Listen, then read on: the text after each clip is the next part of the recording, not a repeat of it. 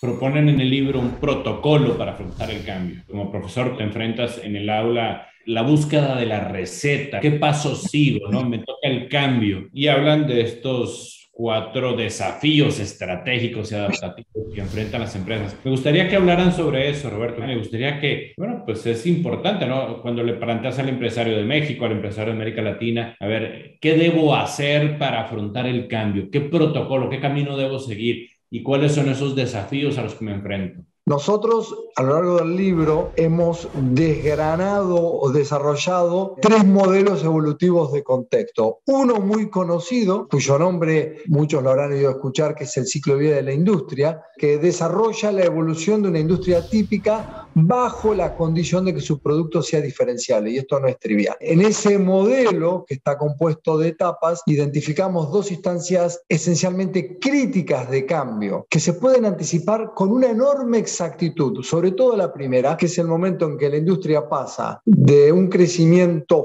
fuerte, acelerado en la instancia de desarrollo, a su etapa de madurez. Eso lo llamamos en inglés de Developmental Challenge, y es esencialmente realinear la organización desde un foco en growth a un foco en profits. Este es el primero. Después, el segundo desafío que está dentro de este mismo ciclo de vida de la industria es cuando viene en una industria madura una nueva disrupción, y lo llamamos desafío creativo. En promedio se dice que más o menos la mitad de las empresas suelen fracasar en una industria en promedio. Hay rangos cuando se pasa de desarrollo a madurez. Después, el desafío creativo suele ser más dramático, más trágico, ¿no? Donde la desaparición de empresas puede llegar al 90% de los participantes de la industria. O el descalce. Este es el primer proceso que analizamos. Pero nosotros agregamos dos procesos que se basan mucho en nuestras propias investigaciones. El segundo proceso es el ciclo de vida de los commodities. El ciclo de vida de la industria, que tiene implicancias concretas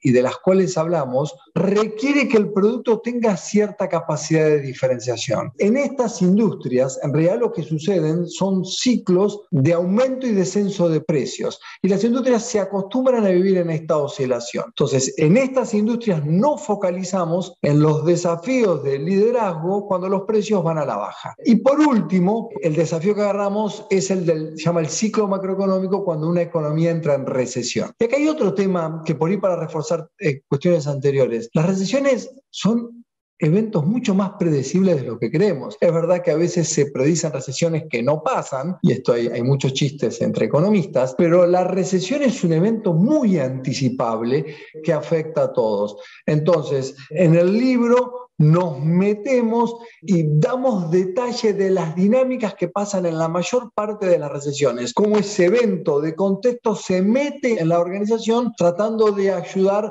a que la organización salga incluso mejor parada de esa recesión. ¿Qué debe hacer el empresario? ¿Debe identificar el ciclo que está atravesando la industria o debe entender dónde se encuentra su empresa dentro de ese ciclo o en el desarrollo o su producto? ¿Qué le dirías así al empresario? ¿Dónde se tiene que ubicar en este contexto? El empresario lo que necesita hacer es decir, ¿dónde está mi empresa en este momento? Si mi producto es diferenciable, ¿estoy en una etapa de desarrollo o estoy en una etapa de madurez? En cualquiera de los casos, ¿en qué momento del ciclo macroeconómico estamos? ¿Cuál es la distancia a la siguiente recesión? En caso de estar en commodity, ¿me encuentro en una etapa de precios a la alza o de precios a la baja? Es decir, donde yo me ubico no soy yo, es toda mi industria está en ese momento. La necesidad de ubicarse es para anticipar, prepararse al cambio que vendrá, e inclusive para ponerle un plazo a ese cambio. También sirve, y sirve mucho, para los casos en que no me preparé. Entonces, no nos preparamos para la recesión y estamos en recesión. En el momento en que viene una recesión y vos te metés en una mesa directiva, es como un incendio. Todo te pega. En ese momento en que todo cruje, traer los mecanismos típicos de una recesión da muchísima calma. Muchísima calma para que la respuesta sea más informada y ordenada. Y para hacer sentido de la tarea, ¿qué debo resignificar? ¿Qué es más importante resignificar durante esa recesión? Lo que nosotros estamos proveyendo es una herramienta que llamamos outside in, esto es, lo que pasa afuera le pasa a todos, ¿cómo lo resignifico dentro mío? Es decir, facilito. Y por ahí para dar un paso más, uno de los problemas al diagnosticar las respuestas competitivas ante los cambios es que solemos diagnosticar desde el dolor y el dolor nubla nuestra capacidad de análisis. Entonces, si yo le digo a la empresa, mira, empezá por mirarte objetivamente. Esto no es un tema discutible. Tu empresa está en este momento de la etapa del ciclo de vida de la industria. Tu empresa está en este momento del ciclo de commodity. Tu empresa está en este momento del ciclo macroeconómico. Eso es muy objetivable. Entonces, eso ayuda a que yo no diagnostique tanto desde el dolor o que diagnosticando desde el dolor pueda objetivar mejor esa conversación. Si no te preparaste para la recesión, ¿no? Y te pasa, por eso lo llamamos desafío de emergencia, ¿no? De alguna forma, entender que, por ejemplo, ese desafío de emergencia es un desafío que es corto en el tiempo, pero que las decisiones que tomemos en ese momento tienen un impacto de largo plazo. Entonces, darnos cuenta de qué no hacer, que ya sabemos que está comprobado que no hay que hacer, porque si no entramos en un posicionamiento del cual después no podemos salir y nos perjudica en el largo plazo, ayuda muchísimo también, ¿no? Entonces es como tener una brújula, porque son momentos difíciles, son momentos dolorosos estas transiciones, y esta brújula es como que te permite sostenerte en un análisis más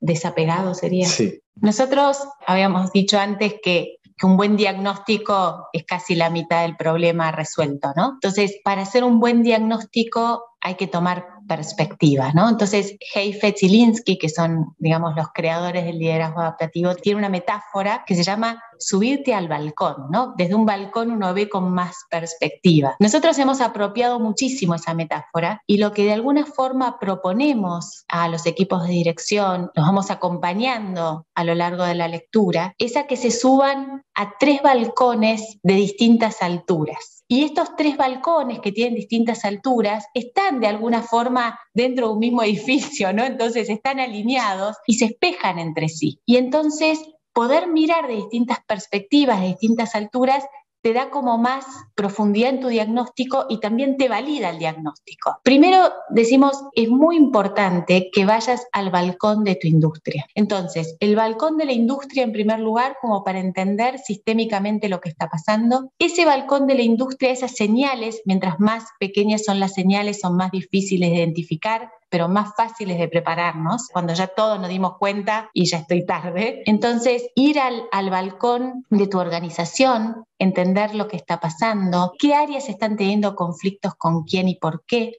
¿no? Entonces, y por último, irte al balcón de tu equipo directivo. Cuando sos miembro de un equipo directivo y podés irte al balcón de ese equipo, te vas a dar cuenta que las resistencias a lo que hay que hacer son más palpables, son más rápidamente identificables dentro del equipo directivo, que de alguna forma responde por muchas personas dentro de la organización, cada una desde un ángulo distinto.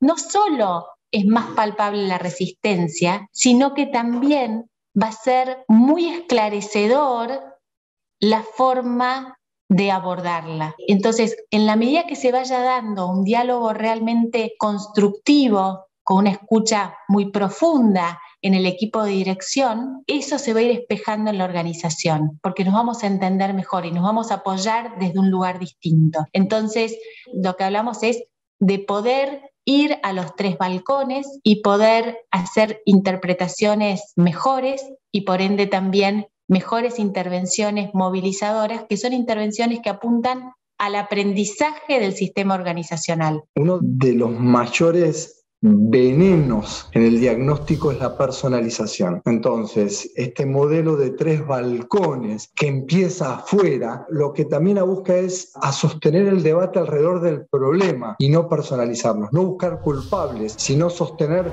cuál es el issue que está en el medio. Si el issue que está en el medio es un cambio de contexto, de poco sirve culpar a un departamento que no es el mío o culpar a una persona en ese departamento. Necesitamos volver a tener la atención en ese momento de cambio y decir, decir, esto es el origen de las tensiones y no son las personas. En ese sentido, nuestro framework es eminentemente lo que se llama adaptativo.